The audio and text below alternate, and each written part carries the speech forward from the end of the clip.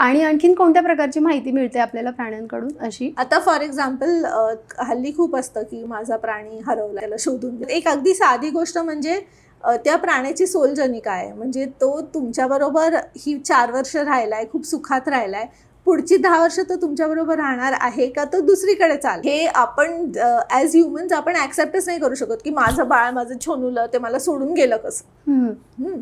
पण प्राण्याचं असतं की आता माझं तुझ्याबरोबर काम संपलेलं आहे, आता मी पुढच्या कामाला चाललेलो आहे. तर असं एक एक्झाम्पल देते.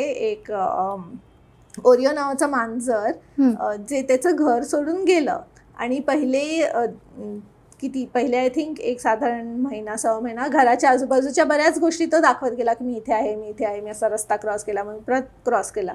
आणि त्यांना त्याचे ह्युमन फॅमिली जी होती ती तिथे जाऊन त्यांना ते क्लूज मिळायचे. मग ओरिओनी सांगितलं की हे बघा, आता मी काय परत नाही येणार आहे, मला आता एक दुसरं काम मिळालेलं आहे. सो मी एका आजींबरोबर राहतोय आणि त्यांना सध्या माझी गरज आहे. सो माझं काम आता, माझी सोल जर्नी ह्यांच्याबरोबर संपलेली आहे, तर माझं हे पुढचं आयुष्य सुरू झालंय. तर त्यांना सांग की मी ठीक आहे, पण मी परत नाही येणार. त्या प्राण्याचा जो आधीचा मालक होता त्याने याच्यावर विश्वास ठेवला, त्याने ऍक्सेप्ट केलं का मुळात? कारण की आम्ही जसं कम्युनिकेट करत होतो तसं ते ओरिओ जे काय सांगत होता ते त्यांना दिसत गेलं.